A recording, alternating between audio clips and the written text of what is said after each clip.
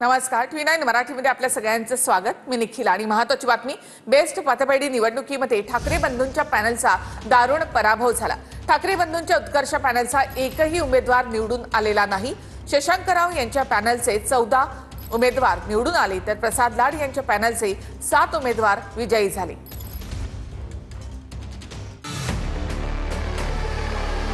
Best कामगारांच्या पतपेढी निवडणुकीत पहिल्यांदाच ठाकरे बंधू एकत्र आले, मात्र 21 पैकी 0 जागा आल्या। ठाकरे बंधूंची एकत्रित पहिलीच निवडणूक असल्यानं सगळ्यांचं लक्ष या निवडणुकीकडे होतं। बेस्ट पतपेढीच्या एकूण 21 जागांपैकी ठाकरे बंधूंच्या पॅनलला चक्क 0 तर भाजपच्या परिवर्तन पॅनलला 7 आणि शशांकराव यांच्या पॅनलला 14 जागा मिळाल्या। शशांकराव यांच्या पॅनलनं 14 जागा जिंकून ही निवडणूक जिंकली आहे। ज्या पद्धतीने आपण सर्वजण बघत आहात की बीएसटीची जी दशा आज झालेली आहे त्या दशेला पूर्णतः शिवसेना आणि त्यांची बेस्ट कामगार सेना ही युनियनच जबाबदार आहेत।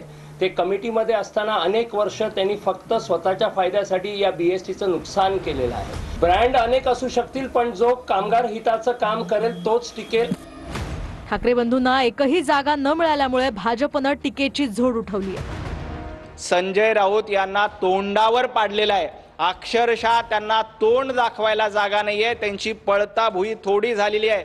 अशा पद्धतीचा अभूतपूर्व निकाल आलाय। मोठा भोपळा, छोटा नाही आहे, मोठा भोपळा संजय राऊत आणि त्यांच्या सगळ्या सहकाऱ्यांना मिळालाय। ना पत राहिली ना पेढी राहिली, त्यामुळे ज्या पद्धतीमध्ये ब्रँडचा बोलबाला केला त्यांना त्यांचा करेक्ट कार्यक्रम आम्ही आमच्या पद्धतीने केला। दुसरीकडे ठाकरे बंधू एकत्र आल्यानं परिणाम दिसेल असं बोलणाऱ्या राऊतांची मात्र भाषा बदललेली पाहायला मिळाली। पतपेढीवरती, देश पतपेढीवरती जे एकत्र येऊन आम्ही लढतो आहोत त्याचा नक्की परिणाम तुम्हाला दिसेल। भारतीय जनता पक्ष म्हणतोय की ठाकरे ब्रँड फेल होणार। ठाकरे ब्रँड कधीच फेल होणार नाही। पतपेढीची निवडणूक म्हणजे काय परीक्षा नाही, ही चाचणी परीक्षा सुद्धा नाही। आता ब्रँडचा ब्रँड घालवण्याचं काम जनता करत असते, हे सर्व सामान्य जनता जनार्दनाच्या हातात आहे आणि त्यामुळे कोणी काही म्हटलं तरी सुद्धा शेवटी जनता ही सर्वात महत्त्वाची आहे। तुम्ही एकत्र या, वेगळे लढा। मी मागेही म्हटलं 0+0=0। आज भोपळा हातात मिळाला, मुंबईचा विजय झाला, मुंबईकरांचा विजय झाला, मराठीचा विजय झाला। ही एक पतपेढीची निवडणूक होती, याच्यावरनं कुठलेही तर्क वितर्क लिटमस टेस्ट वगैरे मांडण्याची गरज नाही। मला वाटतं की संदीप देशपांडेंनी पहिला त्याच्या मालकाबद्दल विचार करावा। 9 वर्षांनंतर बेस्टच्या निवडणुकीत पैशांमुळे पराभव झाल्याचा आरोप ठाकरे गटानं केलाय, मात्र शशांकराव यांनी त्याला उत्तर दिलंय। प्रचंड पैशाचा ओघ आला आणि त्याच्यासमोर आम्ही टिकू शकलो नाही। 9 वर्ष सोसायटी जो भ्रष्टाचार केलेला आहे। आता जे मी बोललो ग्रॅज्युटीचे पैसे 3 वर्ष दिले गेलेले नाहीत रिटायर होऊन लोकांना। हा ग्रॅज्युटीचा पैसा ते जेव्हा कमिटीत होते, शिवसेनाकडे कमिटी होती त्यावेळेला ग्रॅज्युटीचा पैसा ज्याला हात लावायचं नसतं तो ग्रॅज्युटीचा पैसा त्यांनी त्यांच्या ठेकेदारांना आणि बाकी लोकांना वाटण्यामध्ये। तर संगमनेरमध्ये कीर्तनकार संग्राम बापू भंडारे यांनी काँग्रेस नेते बाळासाहेब थोरात यांना धमकी दिली आहे। आम्हाला नथुराम गोडसे व्हावं लागेल असं भंडारे यांनी म्हटलेलं आहे। संगमनेरच्या घुलेवाडी गावामध्ये संग्राम बापू भंडारे यांचं कीर्तन आयोजित करण्यात आलं होतं। या कीर्तनामध्ये भंडारे हे बाळासाहेब थोरात यांच्या विरोधामध्ये आक्षेपार्ह बोलल्याचा थोरात समर्थकांचा आरोप आहे। तर बाळासाहेब थोरात यांच्या समर्थकांनी विनाकारण आपल्यावर हल्ला केल्याचं संग्राम बापू भंडारे यांचं म्हणणं आहे।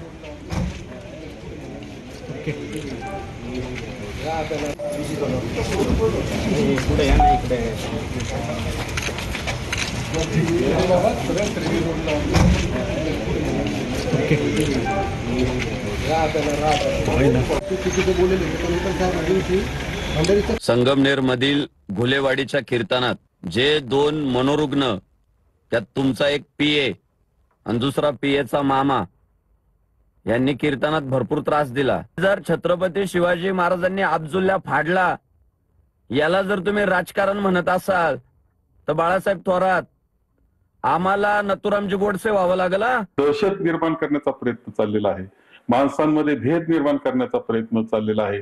आपल्या तालुक्याची शांतता बिघडून टाकण्याचं काम यामध्ये चाललेलं आहे. जो तालुका अत्यंत सुजलाम सुफलाम शांततेचा वाटचाल करणारा आहे, त्याचा विकास कसा मोडता येईल अशा काही शक्ती, विकास कसा मोडता येईल याच्या काही शक्ती प्रयत्न करतायत, त्याचा तो भाग आहे, हे लक्षात घ्या. तर मंत्री संजय शिरसाट यांच्यावर 5,000 कोटींच्या जमीन घोटाळ्याचा आरोप करत रोहित पवारांनी सिडको भवनावर मोर्चा काढला. बिवालकर कुटुंब स्थानिक नसताना देखील शिरसाट यांनी त्यांना जमीन कशी दिली असा सवाल रोहित पवार यांनी केला. त्याला बिवालकर यांनी सुद्धा उत्तर दिलं आहे. शासनाची जमीन असताना सुद्धा ती त्या ठिकाणी 12.5% या बिवलकरांना दिली गेली. याच्या मागे कुणी ना कुणीतरी सत्तेतली लोक आहेत, पॉवरफुल लोक आहेत. सत्तेचा पदाचा वापर करून इथं भ्रष्टाचार करण्याचा प्रयत्न त्या ठिकाणी झाला होता.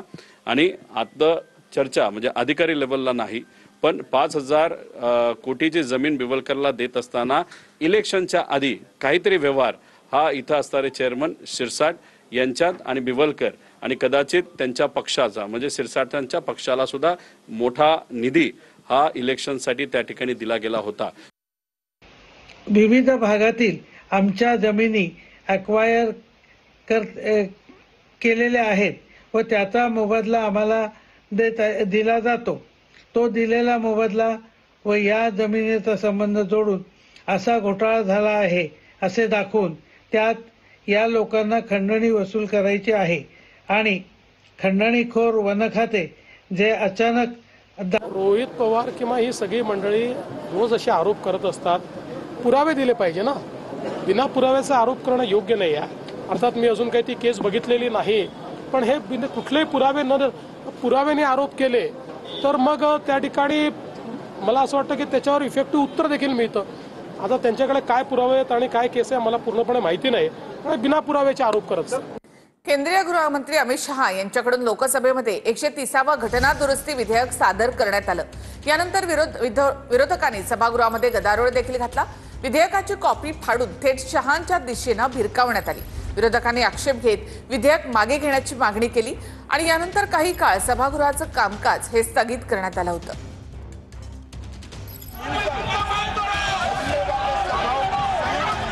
केंद्रीय गृहमंत्री अमित शहानी लोकसभेत मांडलेल्या 3 विधेयकांमुळे जोरदार गदारोळ झाला.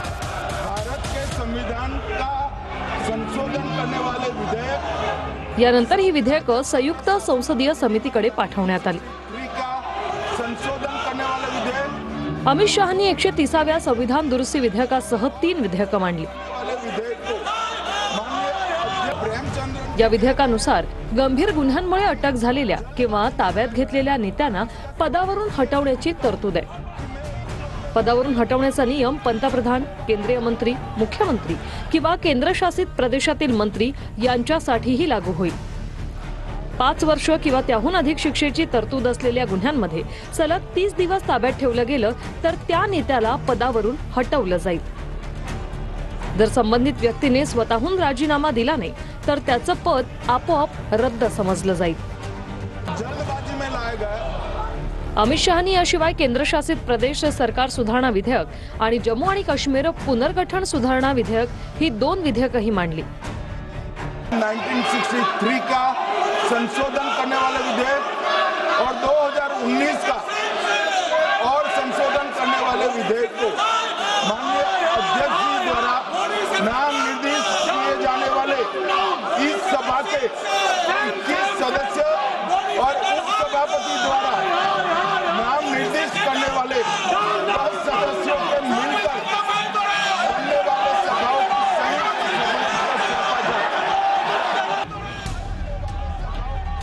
या विधेयकांवर आक्षेप घेत विरोधकांनी विधेयकाच्या प्रती फाडल्या.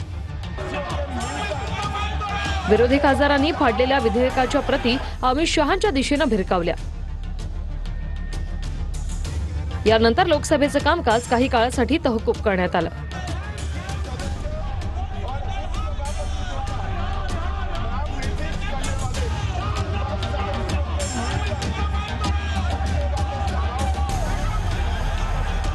भ्रष्टाचाराला आळा घालण्यासाठी ही विधेयकं मांडल्याचं सरकारतर्फे सांगण्यात येत आहे. गंभीर गुन्ह्यात अटक होऊनही लोकप्रतिनिधी पद सोडत नसल्यानं सरकारनं हे पाऊल उचलल्याचं बोललं जाते. नवाब मलिक सारखे बरबटलेले लोक ज्यांनी दाऊद आणि यांच्या लोकांबरोबर काम केलं होतं, ते पण जेलमध्ये बसून तेव्हा उद्धव ठाकरेला लाज वाटली नाही त्यांचे राजीनामा मागण्याची. आता मोठा फावड्यासारखा सगळीकडे राजीनामा मागत फिरतोय. म्हणून आम्ही अमित शाह साहेबांचं आणि मोदी सरकारचं मनापासून अभिनंदन करतो की देशामध्ये ज्या पद्धतीने ते वेगवेगळे महत्त्वाचे निर्णय घेत आहेत त्याच्यामुळे 100 वर्ष पुढचं आमचा भारत देश अतिशय योग्य मार्गावर चालणार आहे. मात्र याचा गैरवापर राज्य सरकार कमकुवत करण्यासाठी होऊ शकतो असा विरोधकांचा आरोप आहे. दिल्लीचे माजी मुख्यमंत्री अरविंद केजरीवाल यांना मद्य घोटाळ्याच्या आरोपात अटक झाली होती. केजरीवाल 156 दिवस तुरुंगात होते, तरीही त्यांनी राजीनामा दिला नव्हता. तामिळनाडूचे मंत्री सेंथिल बालाजी 8 महिने तुरुंगात होते, तरीही त्यांनी राजीनामा दिला नव्हता. संविधान का 130वां संशोधन विधेयक 2025, 1 मिनट, संघ राज्य विधेयक देख रहा है आपको, संघ राज्य शासन विधेयक 2025, जम्मू कश्मीर पुनर्गठन विधेयक 2025, इन तीनों का माननीय अध्यक्ष जी अपनी पार्टी अपने नेता आदरणीय अखिलेश जी की ओर से पुरजोर विरोध करता हूं. बहुत नैतिकता की बातें कर रहे हैं आप.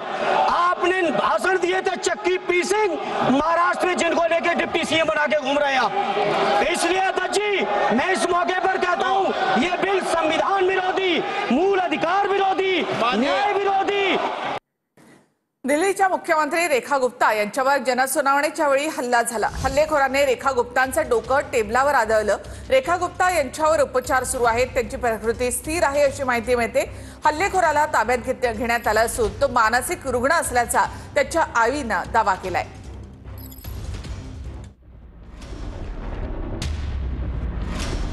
दिल्लीच्या मुख्यमंत्री रेखा गुप्तांवर हल्ला, हल्लेखोर ताब्यात, नेत्यांकडून निषेध. हल्लेखोर राजेश साकरिया गुजरातचा. दिल्लीच्या मुख्यमंत्री रेखा गुप्ता यांच्यावर त्यांच्या निवासस्थानी जनसुनावणी दरम्यान एका व्यक्तीनं हल्ला केला. या हल्ल्यानंतर पोलिसांनी हल्लेखोराला ताब्यात घेतलंय. रेखा गुप्तांवर हल्ला करणारा त्यांच्याच राजकोटचा राहणारा असून त्यांचं नाव राजेश खिमजीभाई साकरिया असं आहे. जनसुनावणीसाठी मुख्यमंत्री आल्या आणि लगेच या व्यक्तीनं एक कागद रेखा गुप्तांना दिला आणि पुढे येत हल्लेखोरानं त्यांचं डोकं टेबलावर आदळलं. रेखा गुप्ता यांच्यावर उपचार करण्यात आले असून त्यांची प्रकृती स्थिर आहे. विरोधी पक्षाच्या नेत्यांनीही या हल्ल्याची निंदा केली आहे. हल्लेखोराच्या आईनं तो मानसिकरित्या आजारी असल्याचा दावा केलाय. तो श्वानप्रेमी असल्याचंही त्यांनी म्हटलंय. सुप्रीम कोर्टाच्या कुत्र्यासंदर्भातील निर्णयानंतर राजेश साकरिया दिल्लीत आला होता. तर पर्युषण काळामध्ये कत्तलखाने बंद ठेवण्याला कोर्टामध्ये जैन समाजानं याचिका केली होती. तर अकबराला कत्तलखाने बंद ठेवण्यासाठी पटवणं सोपं, पण सरकारला नाही. त्या काळी अकबरानं पर्युषण काळामध्ये कत्तलखाने बंद ठेवले असा याचिकेमध्ये उल्लेख आहे. मुंबईमध्ये पर्युषण काळामध्ये 2 दिवस आता कत्तलखाने बंद राहणार आहेत. संपूर्ण पर्युषण काळामध्ये कत्तलखाने बंद ठेवा अशी मागणी जैन समाजानं केली होती. तर 2 आठवड्यामध्ये बीएमसीने उत्तर मांडावं असे निर्देश कोर्टानं दिले.